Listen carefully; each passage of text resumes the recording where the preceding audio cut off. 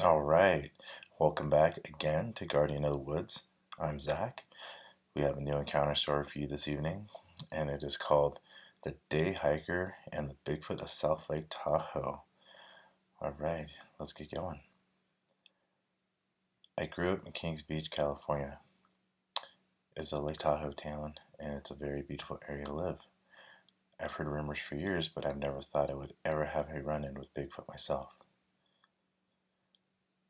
It was a beautiful, warm, sunny day towards the end of August of 2006. I had my daughter one more day before she had to go to her father's for the weekend.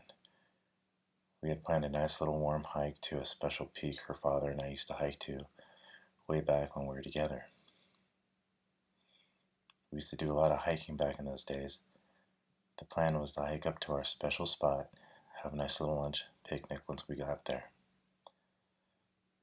On the way to the trail, we had to stop at a local grocery store to pick up a few items we could just throw into my backpack, along with a couple freshly made sandwiches from the deli.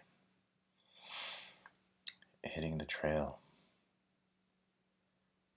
It was about 9:30 when we reached the trailhead that morning. It was a nice sight and surprise to see no other cars parked alongside the road, thinking, wow, we have the whole trail to ourselves today. This was the fourth and fifth time we had hiked this trail, so my daughter knew it pretty darn well. She had walked a bit ahead of me, just blazing away on the trail. Being 10 years old, we had a lot of stops along the way, of course, to pick up and collect rocks and little yellow flowers she would always pick along the way for me on the trail. That's my girl for you. She had always done the sweetest things for her mom. And about an hour into our hike, we always stop at this stream that's right alongside the trail. This was a perfect time to grab a little drink and to dip our feet into the cool water to cool off our hot toes from being in our boots. Why not? It's not like we're in a hurry at all today. We had spent a good half hour by the stream.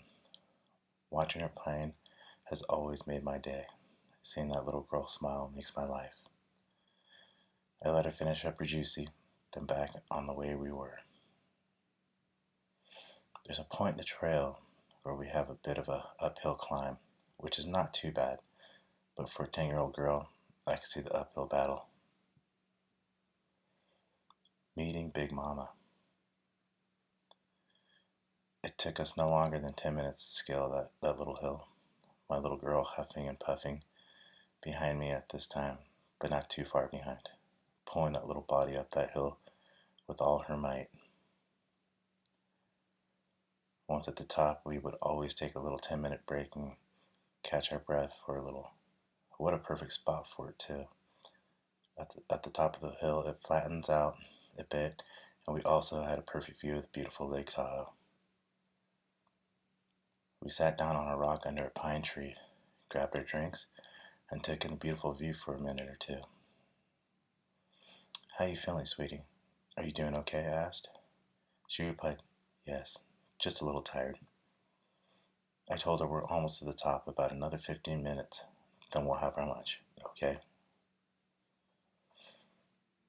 Getting up, finishing our drinks, heading forward to our destination, there was a kind of an S shape around the side of the mountain on the trail. Once we reached that point on the trail, where it curved a bit around a corner, is where I had a glimpse of something that would change our lives in a matter of seconds and for the rest of our lives. What I saw was something I had only heard about way back in these parts since I was my daughter's age. What I had seen was a very white, hairy mass sitting in the middle of the trail, about 4.5 feet high. A huge mass that stretched out a human-like arm towards the right side of the trail that was sloping down the hill. It didn't even look at us, but I knew it was aware of us being there. That stopped me in my tracks, holding my arm out to hold my daughter behind me. As I stood there watching it, I saw a much smaller one grabbing its arm, pulling it up the bigger one's shoulder and around its neck. It had climbed up its arm as the bigger one began to stand up and face us completely. I would say the smaller one was about 2 to 3 feet tall. It grabbed around the bigger one's neck while legs wrapped around its shoulder. As they both stood there looking at us, my daughter stretched her little head out from around my body and let out a quick, loud, high-pitched scream. Hmm. I had noticed the big one had breasts, so obviously a female Bigfoot with her child. The little one kept looking back and forth at us, like trying to make sense of us and the situation. The mother just stood there staring right at me, then seeing her look right down at my daughter with her eyes, then back at me. She then turned calmly around and began down the trail. Tell you one thing, she made that trail look like a deer trail as I watched her walk down the path while the smaller one kept its eyes on us. Once they were around the bend, my daughter and I hightailed it out of there as fast as we could. I would like to think it took us half the time to get down the mountain as it did getting up, partially me carrying my daughter on my back. Getting her in the car seemed like it took forever, and in slow motion too. Once on the road, my daughter had a million questions about what we just seen. I just couldn't answer any of them at that time. I don't know. I don't know. I don't know. I kept repeating, let's just get to your father's, then we'll figure that out then, okay? She agreed. Once at her father's, we just sat there in the car for at least 2 hours in shock at what we had just seen and what had just happened. He wasn't home from work yet, plus he wasn't expecting us either. I just couldn't get what had just happened to us out of my mind.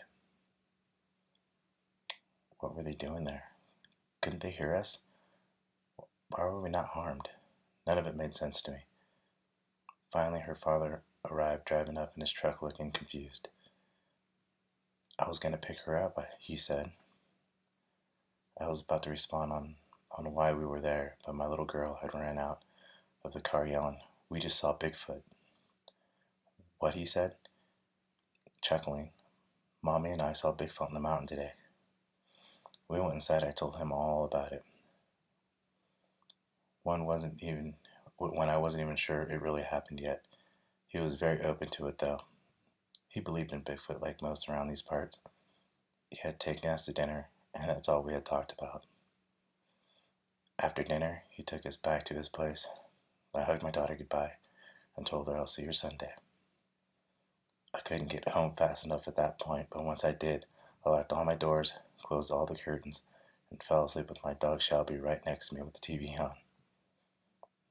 I've never been back to the trail since that encounter with Bigfoot and her young one. After many years and many hours of thinking about that day, all I can think of is she, just like me, on a little day hike with her little one. I was scared but never really felt threatened that day. I do think it had a lot to do with our young ones being there. Well, at least it meant that way to me, and I like to believe that way. After that day, I've never heard of any more sightings on the trail. Not that there hasn't been. I just hadn't heard of them, Zach. My little girl is no longer a little girl anymore either.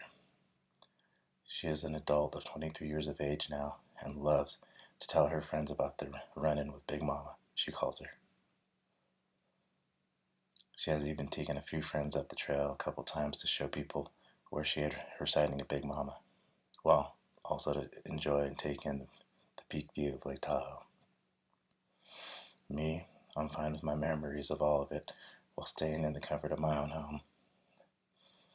But that was my one and only Bigfoot encounter. And thank you for allowing me to share my story here for you today, Zach.